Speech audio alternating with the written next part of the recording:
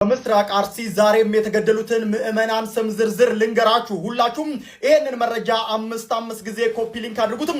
እጅግ በሚያሳዝን ሁኔታ አሁን ላይ ከ10 ወደ 13 የሚጠጉ ምዕመናን ሌሊቱን ተገድለው አድረዋል። ዝርዝራቸውን ልንገራችሁ። የአርሲና የሶማሌ ክልል ጅጅጋ አህጉረ ስብከት ሊቀ ጳጳስ የሆኑት ብፁዕ አቡነ ኤልሳኤ እንደገለጹት ከሆነ የሟቾች ቁጥር ወደ 13 ከፍ ብሏል። በዚህም ታዲያ ከተገደሉት መካከል አንደኛ አቶ ደምረው አበራ የተባሉ የ70 ዓመት እንደዚሁም ከፈለኝ ልክ የለው የተባሉ የ56 ዓመት ኃይሉ ንጉሴ የ70 ዓመት እሸቴ ዳመነ የ42 ዓመት አበባየው ዳኘ የ42 ዓመት ሰሙ አባይነ የ70 ዓመት እንደዚሁም አንድ ሚሊሻ ከዚህ ባለፈም አማረ አባይነ የ80 ዓመት ተሬ ደሴ የ25 ዓመት ወጣት እንደዚሁም ወጣት ገነነ ጥላሁን ሙርቴሳ ጥላሁን አቶ ንጉሱ ማንደፍሮ ከዚህ ባለፈም 13ኛ ላይ አቶ በቀለ ኃይለ ሚካኤልም እነዚህ ሰዎች እንግዲህ ሌሊቱን ተገድለዋል። አቡነ ኤልሳ እንደገለጹት ከሆነም ታዲያ ቤተክርስቲያናት ወድመዋል፣ ቤተክርስቲያናትም ተቃጥለዋል። እኔ የምለው ግን እኛ ኢትዮጵያውያኖች ግን ምን ነክቶን ነው? ከመቼ ጀምሮ ነው እንደዚህ ልባችን የደነደነው? በቃ ሞት እኮ ረከሰ። ምንም እኮ እየመሰለን አይደለም። አሁን ላይ እንደምትሰሙት ነው እንግዲህ ዜና ላይም እንደዚህ ነው እየቀረበ ያለው። ዛሬ የሞቱትን ሰዎች ስም ዝርዝር ልንገራችሁ ምናምን እንጂ ለምን ሞቱ እንዴት ይሞታሉ ምናምን ብሎ የሚጠይቅ አካል የለም። ሁሉም ሰዎች ልክ እንደዚህ ልጅ ነው እየዘገቡ ያሉት። በአርሲ ይሄን ያክል ሰዎች ሞቱ፣ በሆነ ክልል ይሄን ያክል ሰዎች ሞቱ እንጂ ለምን ይሞታሉ እንዴት ይሞታሉ የሚል ዜጋ እየጠፋ ነው የመጣው። ይሄ እጅግ በጣም የሚያሳዝን ነው። ድሮ እኮ እንዲህ አልነበርንም። የሰው ሞት በዚህ ልክ ይረክሳል? በፊት እኮ አይደለም ሰው ሞቶ ይቀርና እኮ ታመመ ምናምን ሲባል እኮ ሰው ይደነግጣል፣ ያዝናል። አሁን እኮ በቃ ምንም ማለት አይደለም። ነገ ራሱ ይረሳል። ይሄ ነገር ዛሬ ይዘገባል፣ ነገ ይረሳል። እንግዲህ በምስራቅ አርሲ ዞን እንዲህ አይነት አደጋ ተፈጠረ ሲባል በዚህ ዓመት ብቻ ለስንተኛ ጊዜ ነው እናንተ እኮ አስሰሙት?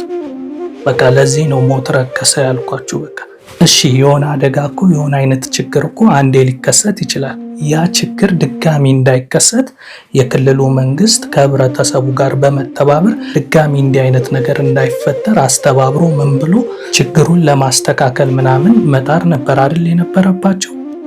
ወይ ደግሞ የክልሉ መንግስት ከአቅሙ በላይ ከሆነ ለፌዴራል መንግስት ይናገራል።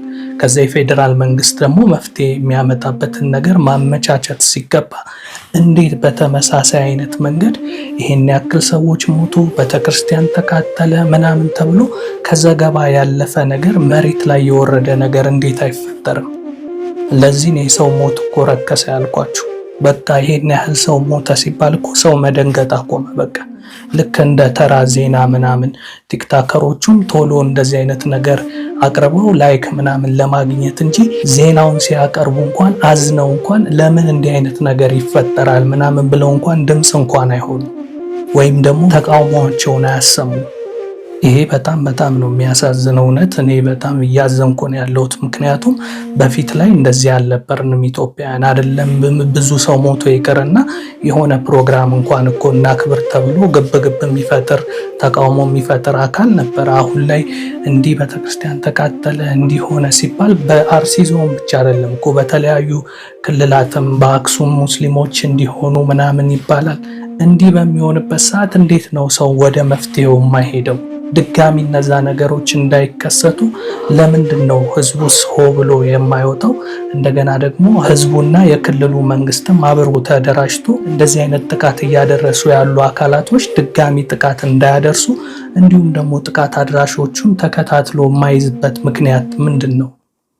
እኔ እኮ አሁን ግራ እየገባኝ ነው የመጣው በእውነት በጣም የሚያሳዝን ነገር ነው። እኔ ይህንን ነገር ስናገር ራሱ ከራሴ ጋር ትግል ይዤ ነው የተናገርኩት። ምክንያቱም ሁሉም ሲያወሩ ቀለል አድርገው ይሄን ያክል ሰው ሞተ ብቻ ነው የሚሉትና መናገር የፈሩት ነገር እንዳለ ገብቶኛል። ግን እስከ መቼ ነው ዝም ብሎ ሰው እንደዚህ ሞተ ምናምን ተብሎ እንደቀላል ነገር መታለፍ ያለበት? እኔ ይህንን ነገር እውነት ለመናገር አልስማማም። ስለዚህ በአርሲም ሆነ በሌሎች ክልሎች እየሞቱ ያሉ ዜጎቻችን ከእንግዲህ በኋላ እንዳይሞቱ ማህበረሰቡም የክልሉ መንግስትም የፌዴራል መንግስትም መፍትሄ እንዲያበጅልን እንጂ የምንፈልገው ከዚህ በኋላ እንዲህ አይነት ዜናዎች እንደ ቀላል ተደርጎ ጆሮአችን ተላምዶ ነገ ጠዋት በየሁላችንም ቤት እስኪገባ ዝም ብለን አፋችንን ከፍተን የምንጠብቅ ከሆነ እንዲህ ያለው ነገር በየሁላችንም ቦታ ላይ የሚመጣበት ጊዜ ሩቅ አይደለም የሚሆነው። ስለዚህ እንዲህ አይነት ነገሮች በተለያዩ ቦታዎች ላይ ሲከሰት ሁላችንም ድምፅ ሆነን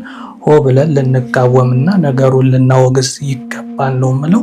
ለሞቱት ወገኖቻችን፣ ለቤተሰቦቻቸው፣ ለወዳጅ ዘመዶቻቸው ነፍስ ይማር እያልኩኝ እኔ ግን እጅግ በጣም አዝኛለሁ። ለማንኛውም እኔ ግን ከዚህ በላይ ሌላ ነገር ባልል ይሻላል። መልካም ጊዜ